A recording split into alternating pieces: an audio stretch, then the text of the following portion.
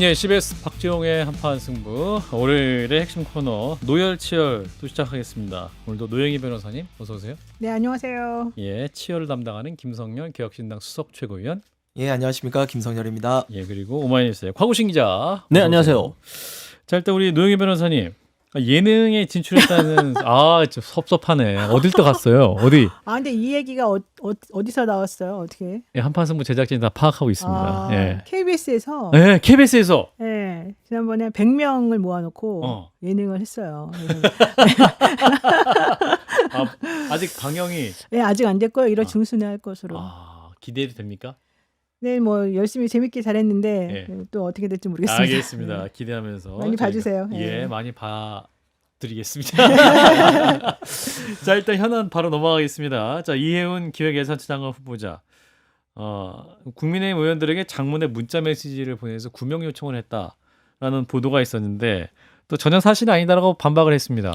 네, 이게 이제 YTN 등에서 네. 6명의 국민의힘 의원들을 인용한 보도였는데요. 이혜훈 후보자가 청문회에서 잘 좀 봐달라 이런 취지로 연락을 했는데 예. 전화를 받지 않은 일부 의원들에게는 살려주세요, 도와주세요 이런 표현이 들어가 있는 장문의 문자를 보냈다라는 겁니다. 예. 근데 인사청문회 지원단은요, 언론 공지를 통해서 이 후보자가 국회 재정경제기획위원들께 인사 전화를 드렸고 통화가 안 될 경우 다시 전화하겠다는 취지의 메시지를 보내긴 했지만 살려달라 이런 메시지를 보냈다는 건 전혀 사실이 아니다라고 밝혔는데요. 그러면서 신고도 드릴 겸 인사 전화 드렸습니다. 통화 연결이 안 돼 문자 올립니다. 다시 또 전화 드리겠습니다. 이렇게 적혀있는 메시지도 첨부해서 공개했습니다.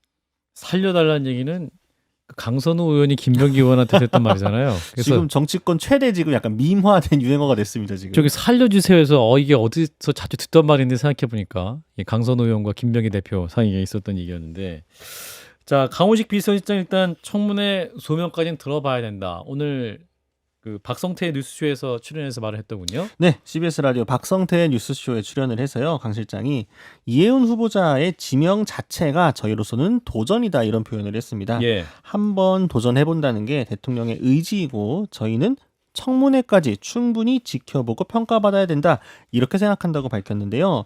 일단 내란에 관한 입장 같은 경우에는 이 후보자에 대해서 다 보고가 됐고 본인의 사과 의지를 분명히 확인하고 지명했다라고 밝혔습니다. 예. 다만 이 부동산 투기 의혹 같은 거에 대해서는 저쪽 진영에서 후보자로서 공천받던 시기에 있었던 부분이고 오래된 얘기다라고 약간 거리를 뒀고요. 갑질 의혹에 대해서도 검증에 잘 잡히지 않는 내용이다라면서 청문회에서 소명을 좀 들어봐야겠다라는 취지로 언급을 했습니다. 예. 자, 일단 이혜훈 후보자 계속 의혹들이 쏟아지고 있어서요. 과연 청문회까지 갈 수 있을 것이냐. 자, 노영희 변호사님 어떻게 보셨어요? 청문회까지는 가는 것으로 제가 알고 있는데요. 그래요? 예. 일단 청문회 간다. 예. 어떤 얘기가 나와도. 근데 이제 실제 청문회를 통과할지 여부하고는 별개인 것 같습니다. 그래요? 그래서 예. 지금 현재 민주당에서는 개별적으로 이혜훈 후보자에 대한 공격이나 뭐 이렇게 비토놓는 그런 발언은 사실은 안 하는 걸로 지금 얘기가 되고 당내에서. 예, 예. 예. 그런데 이제 문제는 과연 이분에 대한 이런 그 의혹이 사실은 일파만파 계속해서 지금 흘러나오고 있는 상황인데 이것을 계속해서 안고 갈 필요가 있는 것인가, 또 안고 가야 할 만한 뭔가 있는 것이냐, 이제 여기에 대해서 어느 정도 좀 합의가 이루어졌느냐, 예. 이 부분이 조금 문제인 것 같고요. 실제 저는 아까 살려주세요 그 말 관련해서 그런 말을 안 했는데 그러면 기자들이 다 거짓말을 썼다는 건가요? 나는 그거는 좀 아닐 거라고 생각을 해요. 왜냐하면 요즘에 하도 특히 이제 이혜훈 후보자 같은 경우는 뭐 아시다시피 그 언론 보도에 자기 얘기 나오는 거를 되게 민감하게 생각하는 분으로 알려졌지 않습니까? 이 방송도 듣고 있을지 모릅니다. 네, 예. 왜 들으시라고 제가 하는 말인데 예. 그래서 그 보좌관들이 사실은 뭐 거의 한 10년 전 얘기까지 다 그냥 다 녹음해놓고 이렇게 사실은 좀 속상했다는 표현을 하는 정도인데 예. 그러면 현재 그게 문제가 됐던 걸 아는 그 기자들이 그런 거 확인도 안 하고 그냥 대강 얘기를 했을까? 저는 그거는 아니라고 봐요. 그래서 예. 살려주세요가 뭐 문자로는 안 남았을지 몰라도 어쨌든 대화를 하는 과정 중에서는 분명히 나왔을 가능성이 있고 예. 제가 이혜훈 후보자라고 하면 당연히 그랬을 것 같아요. 왜냐면은 나도 너네들에 대해서 아는 것도 많고 너네들도 나에 대해서 아는 것도 많은데 우리 서로 좀 좋게 가자 이런 얘기를 사실 했을 수도 있지 않습니까? 이 예. 5번이나 공천받은 분 입장에서는 예. 왜 웃으세요? 저는 개인적으로는 판도라의 상자를 열릴 수 있다. 아니 그러니까 그렇죠. 사실은 저는 뭐 열려도 괜찮다고 생각은 하는 입장인데 열려도 괜찮다. 네, 왜냐하면 사실은 좀 정확하게 이건 검증이 꼭 반드시 필요한 부분이라고 예. 생각을 하고 예. 이번에 그 갑질 논란에 대해서는 이번에 이제 국민의힘에서 공개를 해서 그렇지 사실 그 전에도 많이 나왔던 얘기 드리는 걸로 제가 알고 있거든요. 예. 그래서 저는 이런 부분은 괜히 민주당이 부담을 안고 갈 필요가 전혀 없다. 그리고 대통령으로서는 할 만큼 다 하고 있었기 때문에 그거에 예. 대한 판단은 국민들이 하면 되는 것이다 이렇게 봅니다. 예. 이제 이해훈 후보자 계속 이제 의혹이 나오고 있죠. 이를테면 처음에 나왔던 건 이제 그 인턴한테 그 고성으로 수리를 했던 거. 이어서 나온 게 프린터 수리 와서 해달라 했던 거. 두 번째 또 나온 거는 임신 중에도 괴롭힘을 당했다. 또 하나는 아들의 공익근무지에 수박을 배달하게 했다. 요건데 우리 김성일 수석께서는 그래도 국회 생활도 해보셨으니까 이 정도까지 갈 수 있는 것이냐. 수박. 또 과일이 수박이네.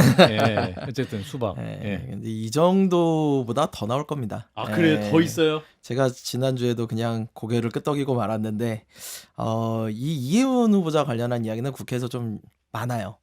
이전부터? 이전부터 많았던 그래요? 내용들이고요. 쉽게 생각하시면 됩니다. 집에서 바퀴벌레 한 마리 보였을 때 바퀴벌레가 한 마리만 있을까? 아닙니다. 안쪽에 수십 마리가 있는데 한 마리만 보인 거예요. 그래서 근데 이제 이해훈 후보자 같은 경우는 뭐가 문제냐면은 기존에 갑질을 당한 보좌관들이 어떻게 보면은 굉장히 피해자고 약자의 위치에 있기 때문에 보좌진이 생각보다 굉장히 풀이 좁습니다. 그렇기 때문에 다른 방에 이제 옮겨가게 될 때 만약에 취업 방해가 이뤄진다는 그런 부분에 두려움이 있으면 잘 말을 못해요. 근데 지금 이해훈 후보자 특징이 있어요. 뭐예요? 진영을 옮겨가고 있어요. 맞아요. 그러면은 이해훈 후보자 더 이상 이쪽 국민의힘에 취업 방해를 할 수 있는 게 없어요. 즉 보좌관들이 부담이 덜하다는 거죠. 오히려 이거 더 쉽게 나올 수 있다. 많이 나올 겁니다. 더 나와? 더 나올 거예요. 이제 제가 보기에는 에스컬레이팅 되고 있어요. 지금 작은 것부터 나오고 있는 겁니다. 그래서 더 나올 거라고 보고요. 이런 부분들 강훈식 실장님께서 검증이 잘 못 잡아냈다, 검증이 잘 안 된다 그러셨는데 아닙니다. 갑질 의혹. 갑질 의혹도요. 이거 옛날에는 국정원에서 직접 세평 조사라는 걸 했었고요. 국정원. 특히 지금 국무위원급이 되시는 분이잖아요. 이렇게 고위 공무원들은요. 주변에 어떤 일들이 있었는지 최소한의 조사를 해야 돼요. 만약에 그런 것들이 없었다면은 이거 인사 시스템 다시 한번 살펴보셔야 됩니다. 근데 이 정도로 보좌진 사이에서 유명한데 대통령실에서 왜 몰랐을 것이냐. 우리 곽유순 기자 야당 반장이시니까 취재한 게 있으십니까? 그러니까 근데 국민의힘 쪽 이제 기류를 보게 되면은 목소리는 굉장히 높이고 있는데 막상 이번 인사청문회에 얼마나 올인할 것인가에 대해서는 서로 좀 계산기가 다른 것 같더라고요. 그러니까 어쨌든 국민의 입장에서는 여러 명분이 있습니다만 그럼에도 불구하고 좀 전선이 넓게 퍼져 있는 상황이고. 자신들이 직접 손에 피를 묻히지 않는다고 하더라도 알아서 저쪽에서 낙마시켜주지 않을까라는 기대를 좀 하고 있는 것 같더라고요. 민주당이 알아서? 네. 왜냐하면 민주당 쪽에서 지금 마뜩치 않아 하는 분위기가 있고 안 그래도 지금 김병기, 강선우 두 의원 때문에 또 지금 불똥이 세게 튄 부분이 있어가지고 민주당도 마찬가지로 이슈가 분산되는 상황이거든요. 굳이 여기에서까지 데미지를 감수하면서 이 이해훈 후보자를 방어할 만한 여력이 떨어진다는 거죠. 그렇게 되면은 국민의힘도 약간 사실 그렇게 얘기는 안 하지만 자신들이 또 이해훈 후보자를 많이 공격하면 공격할수록 약간 이제 제 얼굴에 침뱉기가 되는 게 좀 부분들이 있잖아요. 그러다 보니까 우리가 사실 언론 보도 나온 것 좀 팔로우업 해주고 적당히 나와 있는 의혹들만 정리해줘도 결국 막타는 민주당이 쳐주지 않을까 이런 생각을 어떤 보좌진이 지금 재경의 인사청문회단에 소속돼 있는 재경이 보좌진이 쳐줄 것이다. 너무 나이브하다. 근데 그렇게까지는 안 갈 것 같아요. 이분이 근데 국민의힘에서 5번 공천을 받았고 그 중에 3번 당선, 그러니까 국회의원 3번 됐고 2번은 이제 낙선했지만 5번 공천됐잖아요. 그 공천 심사라는 과정이 있을 텐데 그걸 다 통과했단 말이에요. 5번. 국민의힘 보좌진이 다 알고 있었었는데 감히 말할 수 없는 분위기가 그 5번의 공천 과정에서 있었던 것이냐. 제가 아까 말씀드렸듯이 보좌진들이 이런 당내 공천 상황에 대해서 의원님들의 어떠한 거를 얘기하기는 굉장히 힘듭니다. 왜냐면은 이 의원실을 어떻게 해서 빠져나간다 한들 다른 의원에게 전화를 해요. 전화를 해서 그 보좌관 우리 방에 있었는데 김성현이 그거 괜찮아. 그러면 괜찮은데 그게 아니라 걔 별로야. 이 말 한마디가 정말로 인사에 크게 좌우를 해요. 정말로. 3평. 의원끼리의 3평 때문에. 매우 중요합니다. 그렇기 때문에 함부로 얘기할 수가 없는 분위기였던 거예요. 근데 이제 다른 진영으로 넘어가게 됐으니 저는 이게 터져 나올 수밖에 없다고 보고 있는 상황이고요. 근데 저는 개인적으로는 사실 지금 문제가 되고 있는 이 의혹들은 전부 예. 다 국민의힘 소속이었을 때 있었던 거잖아요. 그러네요. 그리고 사실 국민의힘에서 5번 공천 받는 동안에 이 음. 문제들이 왜 한 번도 안 걸러졌고 한 번도 문제가 안 됐는지를 사실은 국민의힘 사람들이 대답을 못해요. 그냥 너네들이 왜 이렇게 하자 있는 인물을 골랐니? 이 정도밖에 사실은 얘기하는 게 아니거든요. 예, 예. 근데 그렇게 되면 그 데미지는 원칙적으로는 국민의힘이 져야 돼요. 이걸 대통령 입장에서는 우리는 봐라. 5번이나 공천받은 당신네 당에서 중진 그리고 특히 경제 관련해가지고 박사학위까지 받고 그동안에 어떤 이력이 있다고 생각되는 사람 예. 또 현실적으로 당신들이 그동안에 당성이 좋다고 생각하면서 칭찬해줬던 바로 그 사람을 통합의 아이콘으로 우리가 임명하려고 했어. 예. 그러면 이 사람 말고 누구를 그럼 임명해야 됐다는 거야? 라고 물어보면 사실은 마땅한 대안이 없을 거예요. 그런 상황에서 대통령이나 민주당이 어떠한 종류의 뭐 부담을 더 가져야 되는지 제가 잘 모르겠어요. 우리 알고 봤더니 못했네. 보좌진 뭐 갑질 논란 그거는 우리도 뭐 조금 소문은 들었지만 어느 정도는 그건 있을 수 있는 문제이기 때문에 뭐 그거는 그렇게 확실하게 걸려지는 문제는 아니지 않냐. 이렇게 얘기하고 나면 사실은 민주당의 잘못이 무엇이냐, 대통령의 잘못이 무엇이냐로 돼요.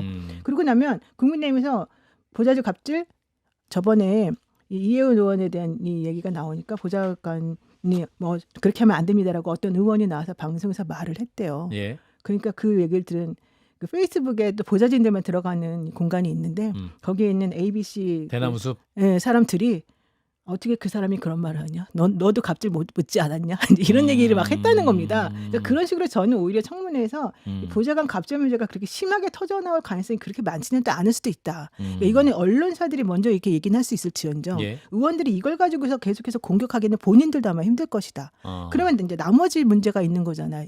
인성 문제 아닌 나머지는 이제 돌아가야 예, 되잖아요. 예. 근데 능력이라고 하는 건 현실적으로 뭐 경제 관련된 능력은 뭐 이력이나 이런 걸 보면 아는 거지 뭘 갖고 하겠어요. 그럼 현실적으로 나머지는 그렇게까지 또 공격할 포인트가 뭐가 생길까 이제 이런 얘기가 좀 나와요. 야당에서 이제 청문회 이틀하겠다 이렇게 주장하고 있는데 곽우신 기자 일정이 아직 잡힌 건 아니죠? 네, 지금 뭐 논의를 해야 되는 상황이기 때문에 예. 아직 그러니까 큰 틀에서의 그림도 지금 밑그림이 안 그려지고 있는 상황이고 예. 그리고 지금 민주당이 어쨌든 원내대표 공석인 상황이고 네. 문진석석이 이어가겠다고 합니다. 어쨌든 사령탑이 있고 없고의 협상력은 차이가 있기 때문에 민주당에서 지금 당장 어떻게 협의를 하려고 할 생각 별로 없을 거거든요. 그래서 일단 보궐선거 이후에야 좀 제대로 이것도 정리가 되지 않을까 싶긴 합니다. 이미자 의원이 기재위 위원장이잖아요.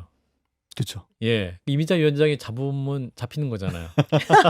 왜 웃으세요? 이미자 위원장 좀 아세요? 우리 예, 알죠. 옛날에 경기도 의원 하실 때부터. 알고 오, 있었고요. 잘하시는 분이 많으시네. 예, 좀 자, 아는- 이미자 기재위원장 잡아줄까요? 청문회 일정? 지금 벌써 논의가 어느 정도 되는 것 같고요. 아, 그래요? 예, 19일에서 20일 한 2주쯤 뒤에 지금 좀 하자라는 입장인데 예. 국민의힘에서 제대로 검증을 하겠다면 지금 이틀을 좀 해달라라고 그렇죠. 얘기를 하고 있는데 19일, 제대로 20일. 검증을 할 수 있을지는 아까 지금 말씀 들어보니까 어. 너무나 야성이 없어요. 지금 국민의힘이 아니 민주당이 막타를 쳐주길 바란다? 이게 무슨 말입니까? 와, 저는 개혁신당이 그러면 좀 열심히 해주세요. 네, 저희한테 주십시오. 제 지난번부터 청문회 저 넣어주시면 제가 정말 다 떠들어. 원외 자격으로 한번 예. 위원장의 직권으로. 정말 잘 드는 칼을 한번 팍 휘둘러 줄 수 있는데. 그렇군요. 근데 이게 지금 이혜원 의원 같은 경우는 예. 후보자 같은 경우는 정책적으로도 문제가 있는 게요. 그래요? 지금 불과 한 달 전까지만 해도 이재명 정부의 경제관에 반대를 해왔단 말이에요. 그렇죠. 그럼 이제 와서 정책에 대해서 자기가 얘기를 할 때 1년 전, 2년 전의 이혜훈이 아니라 한 달 전 이혜훈과 싸워야 돼요. 이 부분에 대해서 어떻게 설명을 할 겁니까? 그러니까 이런 부분도 확실하게 좀 검증을 해야 되는데 그걸 민주당에 넘기고 있다고요? 국민의힘 멀었어요. 멀었어요. 그건 한 보좌관의 취지니까 예. 뭐 국민의힘 전체 입장 아닐 수도 있겠다 싶은데. 자, 그럼에도 이거 또 더불어민주당도 악재를 만난 것은 분명해 보입니다. 지금 김병기 전 원내대표 그리고 강선우 의원 이분 관련한 얘기가 계속 나오고 있고 탄원서도 나오고 있고 근데 이 당시 탄원서가 이재명 당시 대표에게 보고까지 됐다 안 됐다 뭐 이 얘기 나왔고 이수진 전 의원 주장은 보고됐다 뭐 이렇게 얘기하고 있는 건데 그건 당시 당대표의 책임 어디까지 봐야 되는 것이냐. 네. 사실 이제 김현정 원내대변인이 오늘 네. 브리핑에서 네. 당시 보좌관이었던 김현지 실장에게 이 탄원서가 전달된 거는 확인됐다 이렇게 얘기를 했어요. 예.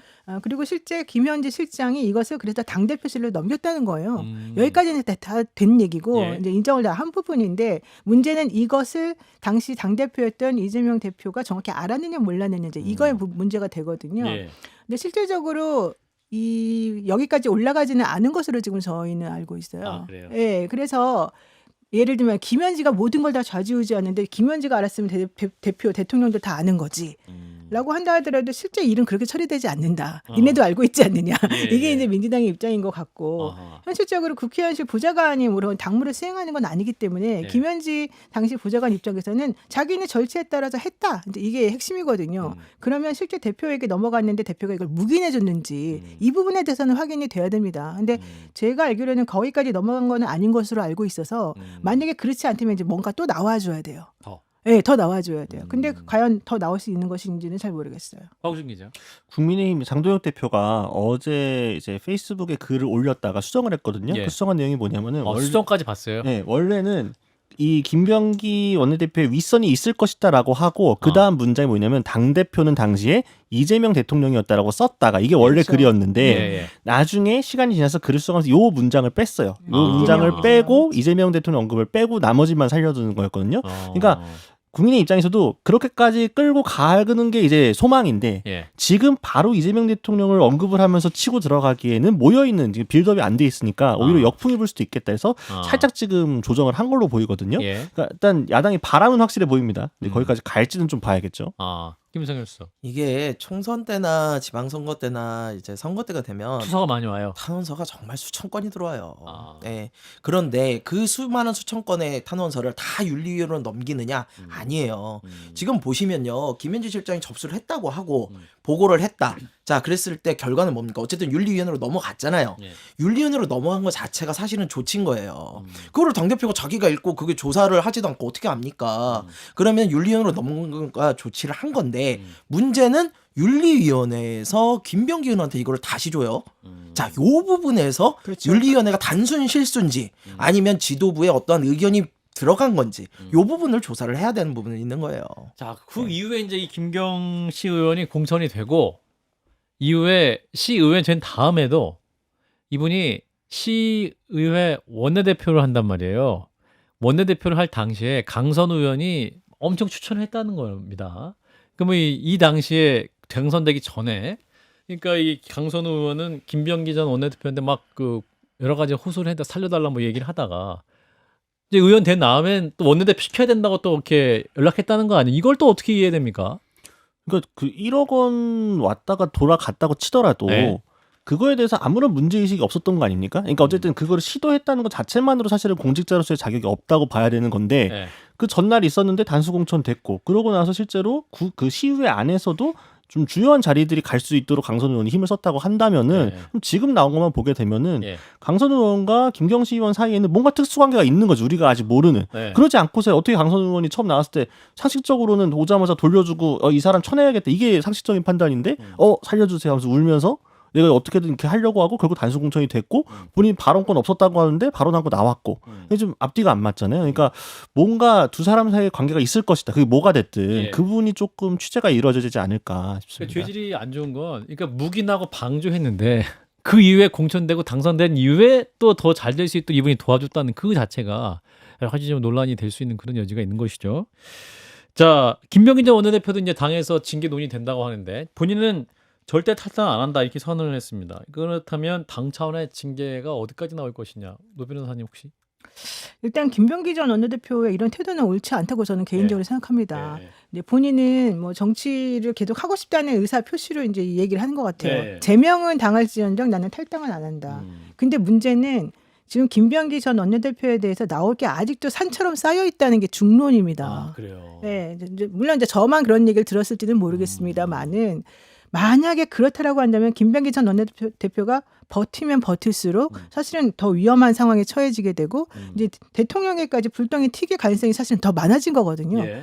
이렇게 되면 당에게 부담이 너무너무 심하게 돼요. 게다가 이분은 지금 원내대표까지 했던 분이기 때문에 본인은 제명을 당할지언정 탈당을 안 한다? 이게 도대체 무슨 뜻인지부터 이제 해명을 해줘야 되는 건데요. 저는 개인적으로는 이렇게 하는 것은 매우 옳지 않고 본인이 너무 억울하다고 생각을 하면 일단 탈당해가지고 다 클리어하게 정말 정리하고 난 다음에 다시 돌아오면 되는 거거든요. 되게 선당 후사 네, 하면서 보통 얘기 그렇게 나오는 해야 얘기잖아요. 되죠. 근데 이렇게 하는 거는 오히려 뒷배를 네가 지금 너무 믿고 있는 거 아니야? 너의 뒷배가 도대체 누구냐? 이런 얘기를 나오게 만들어요. 아, 김병기 전 원내대표를 네, 향해? 그렇죠. 근데 실질적으로 그러면 김병기 원천 원내대표가 생각하는 뒷배는 어느 정도 급이겠어? 이렇게 되면 부담이 엄청나게 팍 들어가는 거거든요. 저는 이거는 매우 부적절하다고 생각을 하고, 그래서 저는 당대표, 그러니까 정청래 당대표와 이 지도부에서 오히려 좀 정리를 해주는 게 저는 맞다고 봅니다. 예. 김병기 원내대표가 이거에 대해서 이렇게 강하게 본인이 안 물러나겠다고 하는 거는요. 본인이 잘못한 거에 대한 인식이 있는 게 아니고 정치적인 어떠한 구도 속에서 내가 희생자다라고 생각을 하고 있는 것 같아요. 그러니까 나만 그런 거 아니잖아. 왜 나만 갖고 그래? 지금 그 얘기를 하고 있는 거라고 저는 예. 들리거든요. 예. 그래서 그렇지만 지금 나오고 있는 거 보면요. 갑질이 10건 이상 나오고 있어요. 갑질 종합 선물 세트고 예. 거기에 공천 비리까지 터졌어요. 공천 비리는요. 정말 승부 조작이라고 보셔야 돼요. 이건 해서는 안 되는 겁니다. 민주주의를 해치는 일이에요. 자, 구의원한테 3천만 원 받았다가 뭐 돌려줬다? 그리고 강선 의원 같은 경우는 1억 원 받았다 돌려줬다? 아니 뭐 받아줬다 돌려주면은 뭐 활기가 돕니까? 이게 뭐 공천시장이 그런 거예요? 이거 돌려주는 것 자체도 뇌물의 문제가 있는 거라는 거죠. 그래서 이 공천 비리가 나온 이상 김병기 의원의 이런 나는 버티겠다? 이건 굉장히 바람직하지 않은 자세라고. 저는 요거 하나 좀 짚고 넘어가는데, 김병기 전 원내대표가 나 통화 녹음한 거 없다 이렇게 말했잖아요. 나 그거 매우 불쾌했어요, 솔직히 말하면. 이제 어떤 사람들은 예. 김병기 전 원내대표가 그렇게 말을 해줘서 오히려 고맙다 뭐 이런 얘기 하는 분들도 있더라고요. 예, 왜냐하면 예. 많은 의원들이나 같이 친했던 사람들 중에는 혹시 내 것도 녹음되어 있는 거 아니야? 나 뭔가 기억이 안 나지만 되게 불안하다 뭐 이런 대화. 사람들이 있었다는 거예요. 근데 사실은 이제 그렇게 생각해서 오히려 이 김병기 전 원내대표에 대해서 처음에 초창기 좀 말이 조금 덜 나온 거 아닐까? 입을 좀 막게 만든 거 아니었나? 이런 생각이 조금 들어요. 근데 실질적으로 김병기 전 원내대표가 나 그런 거 없이 걱정하지 마세요라고 하니까 안심한다는 얘기가 들리는데, 그 얘기도 좀 너무 좀 부끄럽지만 예. 사실은 이 얘기는 김병기 원내대표가 터뜨린 게 아니에요. 통화 녹음은 보좌관들이 터뜨렸잖아요. 그러니까요. 그럼 가지고 있는 거는 김병기 원내대표가 가지고 있든 안 가지고 있든 다른 쪽에서 더 터져나올 있을 수가 수도 있는 있겠네요. 거예요. 네. 저는 그래서 이 부분에 대해서는 오히려 더 지금 잘못 말하고 있는 것 같다 생각이 듭니다. 여기까지. 자, 국민의힘으로 넘어가겠습니다. 자, 김도읍 국민의힘 정책위 의장. 또 이분이 또 갑자기 물러났어요. 네, 오늘 입장문을 밝혔는데요. 예. 지난 12월 30일에 당 지도부에 사의를 표명을 했다라고 하고요. 예. 작년 8월 장동혁 대표로부터 자리를 제안받았을 당시에 국민의힘이 신뢰받는 정당으로 거듭났는데 작은 불쏘시개 역할을 하겠다 이렇게 말씀을 드렸는데, 장동혁 대표께서 당의 변화, 쇄신책을 준비하고 있는 것으로 알고 있다라면서 본인의 소임은 여기까지다라고 했는데요. 예. 일단 본인 부산시장 출마 때문에 그만두는 건 아니다라고 선을 그었고요. 근데 이제 당 대변인이 처음에 브리핑을 할 때는 개인적인 사유다라고 사퇴 이유를 밝혔다가 예. 뒤늦게 이 발언을 취소하는 해프닝도 있었습니다. 부산시장 출마 때문에 사임은 아니지만 부산시장 출마 안 하겠다는 말은 안 했죠. 그건 아니죠. 네. 아, 여기서 우리 국어를 잘해야 됩니다. 예, 국어 언어력이 중요해요. 자, 예, 이런 가운데 이제 장동혁 대표는 6.3 지방선거에 파격 공천을 하겠다라고 선언을 했는데 어떤 파격? 네, 지난 2일에 있었던 얘기였는데요. 새로운 인물들로 파격적 혁신을 시도하겠다라면서 강력한 인적 쇄신을 예고를 했습니다. 이것 때문에 사실상 이거 현직 지자체장들, 특히나 오세훈, 박형준 같은 시장들을 저격한 발언 아니냐, 좀 이런 해석들이 나오고 있는 상황인데요. 예. 사실상 물갈이를 예고한 거 아니냐 이렇게 이야기가 나오고, 특히나 이날 기자들로부터 계엄에 대한 질문이 나오자 계엄에 대한 제 입장을 반복해 묻는 것은 바람직하지 않다. 이거 정치적인 의도가 있다고밖에 볼 수 없다라면서 불쾌감을 드러내기도 했는데, 예. 마침 또 오세훈 시장이 절연에 아. 대해서 요구를 한 상황이었습니다. 면전에서 요구했었잖아요. 그쵸. 네, 네, 그때는 10년대. 불쾌했었다는 말씀이네요. 를 오세훈 이제- 시장 앞에서 불쾌했다. 아주 약간 그 장동혁 대표가 항상 그 면전에서 뭔가 얘기가 나오면은 그때는 별 반응 안 하다가 다른 자리에서 약간 해명이 반박하는 경우들이 있거든요. 생각하다가 네, 그런 식의 좀 반복이었던 것 같습니다. 예, 노 변호사님. 네. 자, 김도읍 정책위 의장 사퇴 이유가 뭐였을까요? 저는 그 비상계엄 관련해 가지고 예. 이게 작년 12월 3일 기점으로 해서 틀어졌다는 얘기가 많이 나오거든요. 아, 예, 예. 비상계엄 사태 1년을 기점으로 틀어졌다. 특히 윤석열과의 이 관계를 절연하지 않고 또 계속해서 그냥 극우적인 스탠스를 취하는 거에 대해서 자기가 여러 번 얘기를 했는데 예, 이게 예. 받아들여지지 않았다. 예. 이제 이런 얘기를 지금 하는 것 같고요. 음. 특히 이제 김도읍 그 전 의장은 실질적으로 한동훈 한동훈 걔하고도 좀 친한 걸로 제가 알고 있거든요. 이분도 검사 출신이죠. 네, 예. 그래서 현실적으로 죄송합니다. 뭐 출신을 얘기하는 거 아닌데. 예. 네, 어쨌든 중요한 거는 이제 강성 보수 지지층만 의식해가지고 끊지도 예. 않으면서 계속해서 한쪽만 공격하는 이 모양새는 당에 도움이 되지 않는다라고 생각을 지금 하는 것 같습니다. 그리고 특히 이런 말 했대요. 내가 실수했는데 내가 비상계엄에 대해서 사과를 먼저 더 일찍 했어야 되는데 때를 놓쳤다. 이런 얘기를 본인이 했다고 합니다. 그렇군요. 또 왠지 김도읍 정책위 의장을 잘 알 것 같은 김성현 수석. 김도읍 의원은 어떤 사람입니까? 합리적인 분이죠. 다 알아. 예. 김성현의 인물 사정과 함께하고 있습니다. 예. 액션. 굉장히 합리적이고 정책적으로도 국민의힘 내에서 신망을 받으실 수 있는 분이에요. 근데 이분이 이렇게 지금 사퇴를 하고 나섰다. 오세훈 시장의 말을 본인은 행동으로 옮긴 거라고 보셔야 돼요.